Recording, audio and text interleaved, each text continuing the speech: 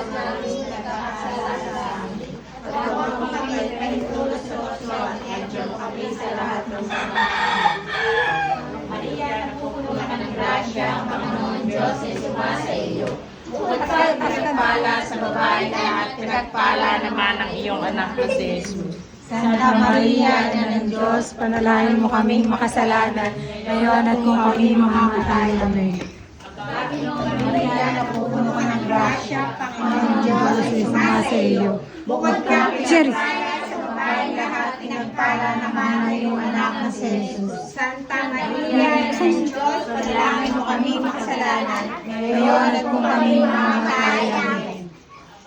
O Maria, napupuno ka ng grasya, ang Panginoon Diyos ay sumasa iyo. Bukod ka pinagpala sa babae lahat, pinagpala naman ang iyong anak na si Jesus. Santa Maria, Ina ng Diyos, panalangin mo kaming makasalanan, ngayon at kung kami mamatay. Amen. Sama sa Anak at sa Espiritu Santo, kapara ng una, ngayon, magpakailanman, magpasawalang hanggan sa nawa. Sumasalangit ka, sambahin ang ngalan mo.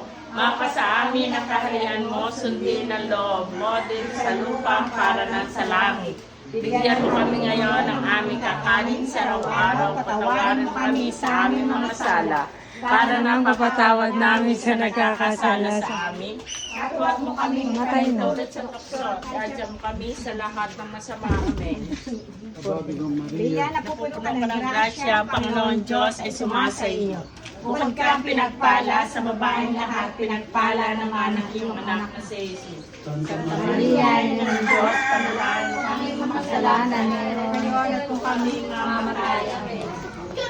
Sa Anak at sa Espiritu Santo, Para ng unang ngayon, magpakailanman, makapasalang hanggan sa nawa. Ang kapayapaan kaloob ni Kristo ay maghari naman sa inyong puso at ang salita ni Kristo ay manahang lubusan sa inyong kalooban upang anuman ang iyong ganapin sa salita o sa gawa ay mangyaring lahat sa ngalan ng Panginoon ngayon at pagpapalala. Amen. Sumayin niyo ang Panginoon.